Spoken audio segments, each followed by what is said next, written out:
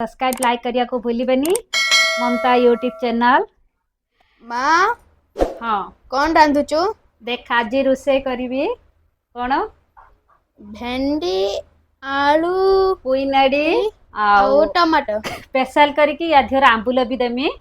तो यहाँ हूँ मार्गशीर मास चढ़ला आम ओडिशा रे तो आउ नॉनवेज हेनी जेहेतु आइंस हेनी एवं सब साधा से आज नहीं आसी साधार ये रेसीपीटा या देहर आंबुल देकी बनैबी। चलतु स्टार्ट करवा। आ जो मो चैनल को नुआ अच्छा मो चैनल को सब्सक्राइब करना तो जल्दी जल्दी जाए सब्सक्राइब लाइक करंतु।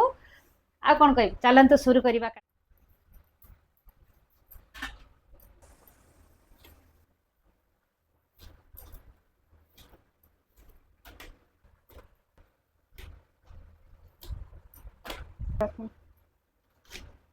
एबे मोर परिबा कटा सरीगला। एबे प्रस्तुत करवा माने एबे नहीं गली मोटे जार या दिहर नहीं देख 2 चिटकी अदा आउ रसुण आउ किछि सोरिष सुकिला लंका जीरा आउ एतार बेसी किछि मसला दिया जीवनी। तो एको नेकी आमे या भितरे ग्राइंडर कर दबा। किछि पानी दे दबा देकी ताकू ग्राइंडर कर दबा। हमर मसला टी प्रस्तुत हो जाइछि। तो चलतु एबे रोषे स्टार्ट करबा। एबे गैस टी लगेबा कढ़ई बसेबा।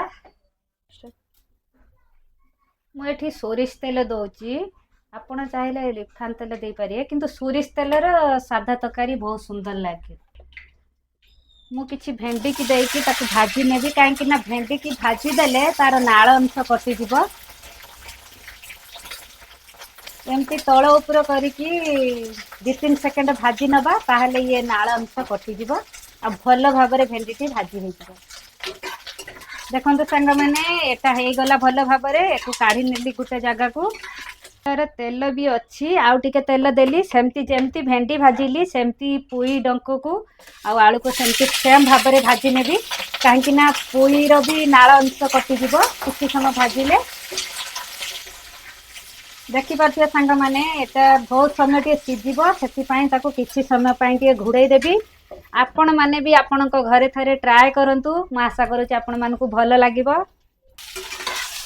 भाव तल एमती करवा कहीं मुझे सीझेबी तो ताकू तेल मुझे भाजुची भल भाव भाजीला मुझे तरकारी की बघारी। मो रेसिपी गुड़ाक आपण मानू केमती लगुच निश्चित कमेंट द्वारा मत जनइबे। 30 सेकेंड वीडियो देखापी तो आपन को 30 सेकेंड लगुच कि गोटे वीडियो बनाई मु नुहे जी वीडियो बनाऊँ बहुत मेहनत कर समस्ते समस्त को सपोर्ट लाइक शेयर करूँ। आपण को भल पाइबा देशे समस्ते आगू को जीवे।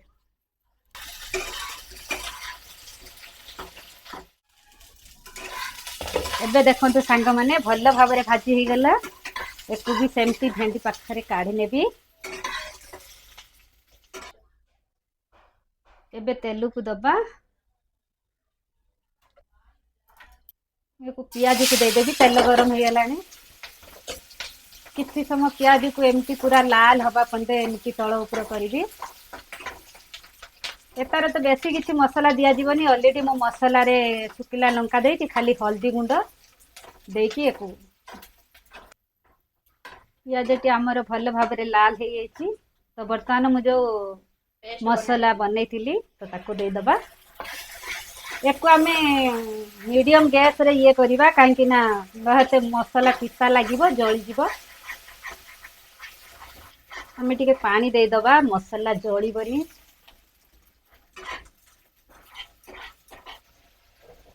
मसला तो मुझे सब देती तो सुका मसला भितर खाली हलदी अधे चामच देवी।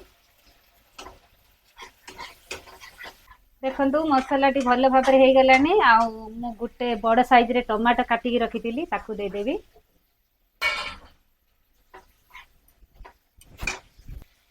हाफ चामच लुण देकी गुले देवी कहीं लुण देदेले जल्दी आमर टमाटोटा सीझीज। किछि मसला बाटी थी जो आर किछि मसला पानी थिला ताकू देकी किछि समय ताकू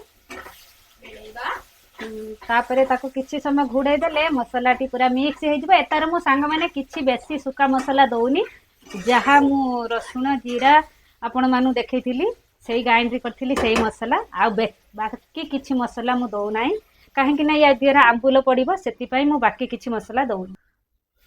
एबे घुडंटी काढिकी देखिबा आम मसला हेकी पूरा प्रस्तुत देखि पारथुबो। बहुत सुंदर खुशबू आसी तो बहुत सुंदर कलर भी आसी जाइए।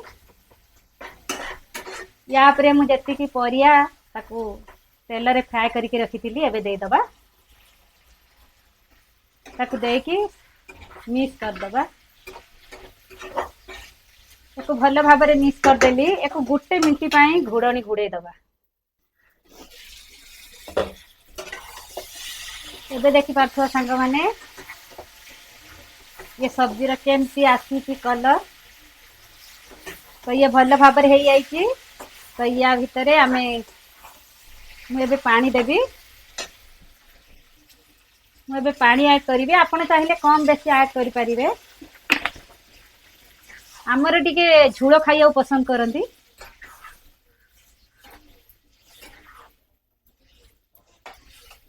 सांग माने देखि पारथुआ केमती हेची। तो या भितर सबुठू बड़ कथा होची जो आंबुल रखी। तो यहीटा देले तकाटा बहुत मस्त हम। आम बेसी देनी 2 खंड आंबुल देची।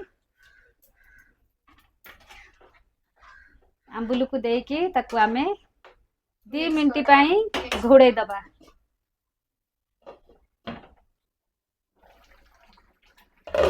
वाव केमती हेची संग माने निश्चित कहबे। आम तरकारी हेकी प्रस्तुत हे गला देखि पारथुबे। तो एबे गुटे जागा को आमे गैस टी बंद कर दबा। आ गुटे प्लेट भितरे काढी दबा।